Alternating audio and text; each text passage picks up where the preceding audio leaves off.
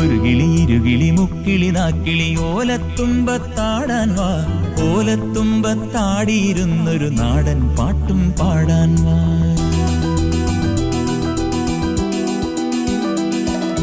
ഒരു കിളി ഇരുകിളി മുക്കിളി നാക്കിളി ഓലത്തുമ്പത്താടാൻ വാ, ഓലത്തുമ്പത്താടിയിരുന്നൊരു നാടൻ പാട്ടും പാടാൻ വാ, ഒരു നാടൻ പാട്ടും പാടാൻ വാ, ഒരു നാടൻ പാട്ടും പാടാൻ വാ. ഇന്ന് നമ്മുടെ അതിഥിയായിട്ട് മത്സരാർത്ഥിയായിട്ട് ഇവിടെ എത്തിയിരിക്കുന്നത് 40 വർഷത്തിലേറെയായി മിമിക്രി എന്ന കലാരൂപത്തിന് ആത്മാവ് നൽകിക്കൊണ്ടിരിക്കുന്ന ഒരു വ്യക്തിയാണ്. ഇന്നും തിളങ്ങി നിൽക്കുന്ന, സ്നേഹപൂർവ്വം ആദരപൂർവ്വം ഞാൻ ക്ഷണിക്കുന്നു ശ്രീ കൊല്ലം സിറാജ്.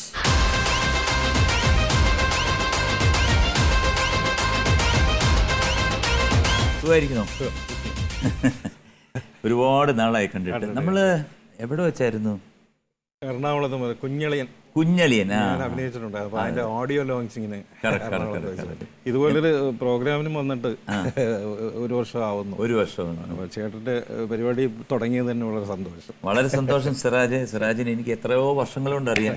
ഇപ്പം 40 വർഷമായിട്ട് ഈ നിങ്ങൾക്ക് മനസ്സിലാക്കാൻ വേണ്ടി പറയാണ്, സിറാജ് ചെയ്യാത്ത കഥാപാത്രങ്ങളില്ല, അതായത് അവതരിപ്പിക്കാത്ത കഥാപാത്രങ്ങളില്ല. അതായത് ആരെ വേണമെങ്കിൽ പറഞ്ഞു കഴിഞ്ഞാൽ സിറാജിൻ്റെ വിരൽത്തുമ്പിൽ വളരെ ഈസി ആയിട്ട് വരുന്നൊരു പ്രതിഭാസമാണ് ഇവിടെ നിൽക്കുന്നത്. തീർച്ചയായിട്ടും നിങ്ങൾക്ക് ഞങ്ങളുടെ അമൃതയുടെ പ്രേക്ഷകർക്ക് കിട്ടിയ ഒരു വലിയ ഭാഗ്യമാണ് സിറാജ് ഇന്നിവിടെ പറയാം നേടാം എന്ന ഈ ബിഗ് ഗെയിം ഷോയിൽ വന്നത്. തീർച്ചയായിട്ടും നമുക്ക് തകർക്കാം.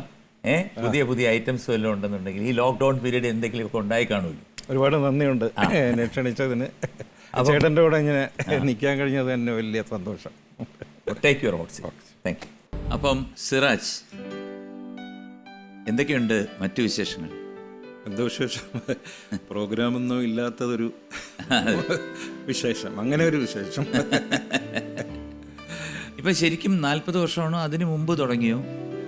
അതിനു മുമ്പ് തുടങ്ങി. ഇപ്പൊ പറയാനൊരു റൗണ്ട് ഫിഗർ ആയതുകൊണ്ട് 40 വർഷം. ഞാനൊക്കെ പറഞ്ഞു തുടങ്ങുമ്പോൾ കൊച്ചിൻ അനീഫൊക്കെ മിമിക്രി പറഞ്ഞു തുടങ്ങുന്ന, ഞാൻ ആദ്യമായിട്ട് ലൈവായിട്ട് മറ്റൊരാളുടെ മിമിക്രി കാണുന്നത് കൊച്ചിൻ അനീഫൊക്കെയാണ്. റേഡിയോയിൽ കൂടെ ആദ്യമായിട്ട് ആലപ്പി അഷ്റഫിന്റെ മിമിക്രി കേട്ടു. ടെലിവിഷൻ ഒന്നും പ്രചാരത്തിലായിട്ടില്ല.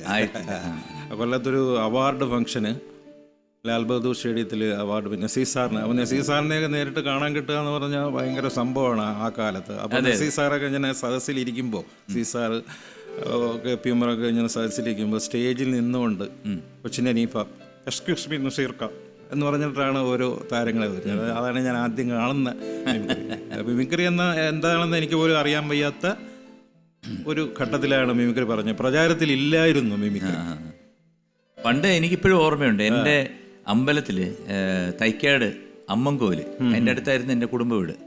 അപ്പോൾ അമ്മൻകോവിലിൽ പണ്ട് വളരെ വർഷങ്ങൾക്ക് മുമ്പ് ഫാസിൽ സാറ്, നെടുമുടി വേണുചേട്ടന്, പിന്നെ ആരാണ്, അങ്ങനെ EC തോമസ്, പിന്നെ 1-2 പേരുണ്ടായിരുന്നു.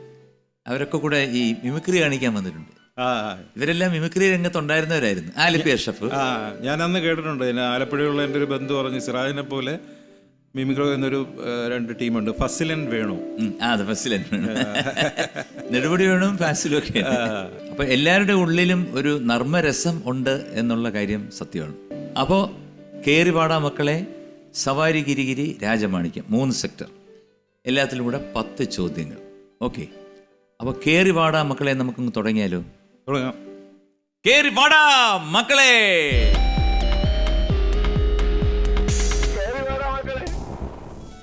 സൂര്യകിരീടം വീണുടഞ്ഞു രാവിൻ തിരുവരങ്ങിൽ, പടുതിരിയാളും പ്രാണനിലേതോ നിഴലുകളാളുന്നു, നീറും സൂര്യകിരീടം വീണുടഞ്ഞു രാവിൻ തിരുവരങ്ങിൽ. ഞാനിത് പാടി എന്താണെന്നറിയുന്നു? ഇന്നത്തെ ചോദ്യങ്ങൾ മുഴുവൻ ദേവാസുരം എന്ന സിനിമയിൽ നിന്നാണ്. ഞാൻ ആലോചിച്ചു ദേവാസുരം ആയിരിക്കും ഈ പാട്ട് പാടിയപ്പോഴേ ദേവാസുരത്തിലെ പാട്ടാണല്ലോ. ദേവാസുരം എന്ന സിനിമ എന്നാണ് ഇന്നത്തെ എല്ലാ ഗാനങ്ങളും. സൂപ്പർ ഹിറ്റ് സിനിമയാണ്. ഞാൻ തിയേറ്ററിൽ പോയി കണ്ടിട്ടുണ്ട്. പിന്നെ ടി വിയിൽ വരുമ്പോഴെല്ലാം കാണാറുണ്ട്. IB ശശി സാറ് സംവിധാനം ചെയ്ത്, രഞ്ജിത്ത് സാറ്, മോഹൻലാൽ, രേവതി. അതിന്റെ 2ാം ഭാഗം വന്നു. രഞ്ജിത്ത് സാറ് സംവിധാനം ചെയ്ത രാവണപ്രഭു, മോഹൻലാൽ ഡബിൾ റോൾ. അപ്പോ കേറിപാടാ മക്കളയിൽ ആദ്യത്തെ ചോദ്യം ശ്രദ്ധിക്കൂ. ദേവാസുരം എന്ന സിനിമ ആരംഭിക്കുന്നത് ഏത് നടനെ കാണിച്ചുകൊണ്ടാണ്? A. Sankaradi, B. Jagannathan, C. ഒടുവിൽ ഉണ്ണികൃഷ്ണൻ. ദേവാസുരം സിനിമ തുടങ്ങുന്നത് ഒരു വള്ളത്തിൽ പക്കമേളക്കാരാണെന്ന് തോന്നുന്നു. അതിൽ ശങ്കരാടി ചേട്ടനും ഉണ്ട്, ജഗന്നാഥനും ഉണ്ട്. എനിക്ക് തോന്നുന്നത് ജഗന്നാഥനായിരിക്കും എന്നാണ് എൻ്റെ വിശ്വാസം. ജഗന്നാഥൻ B ഞാൻ എടുത്തിട്ട് പൂട്ടി ഇവിടെ വെച്ചിരിക്കുകയാണ്. എനിക്ക് ജഗന്നാഥൻ സാറിനെ പറ്റി ഓർക്കുമ്പോൾ പണ്ടോട്ടേ എനിക്കറിയാം. അദ്ദേഹത്തിൻ്റെ മകനെ അറിയാം, കുടുംബം അറിയാം, എല്ലാം അറിയാം. ഞാനൊരു സിനിമയെ ഞാൻ പ്രൊഡ്യൂസ് ചെയ്തിട്ടുള്ളൂ. പ്രൊഡ്യൂസർ എന്ന നാമധേയത്തിൽ ഞാൻ എത്തിപ്പെട്ടു. അർദ്ധനാരി, അതിനകത്ത് ജഗന്നാഥൻ സാറ് അഭിനയിച്ചിട്ടുണ്ട്. അത് അദ്ദേഹത്തിൻ്റെ അവസാന ചിത്രമായിരുന്നു. അതുപോലെ തന്നെ തിലകൻ ചേട്ടൻ പെൺവേഷത്തിൽ, അതായത് ഹിജഡ വേഷത്തിൽ, അത് അദ്ദേഹത്തിൻ്റെ അവസാന ചിത്രമായിരുന്നു. അതുപോലെ തന്നെ സുകുമാരി ചേച്ചി, അവരും അവരുടെ ലാസ്റ്റ് ഫിലിമായിട്ടാണ് വന്നിരിക്കുന്നത്. അങ്ങനെ ഒരുപാട് പേര് ആ പടത്തിലായിരുന്നു അവസാനമായിട്ട് അഭിനയിച്ചത്. അപ്പം B. ജഗന്നാഥനെയാണ് നമ്മൾ എടുത്തിട്ട് പൂട്ടിയിരിക്കുന്നത്. B. ജഗന്നാഥൻ, കൺഗ്രാജുലേഷൻസ്, ഉത്തരം ശരിയാണ്. 2000 രൂപ ഇതാ അക്കൗണ്ടിൽ എത്തിച്ചേർന്ന് കഴിഞ്ഞു. അതാണല്ലോ അതിൻ്റെ ഒരു ഇത്.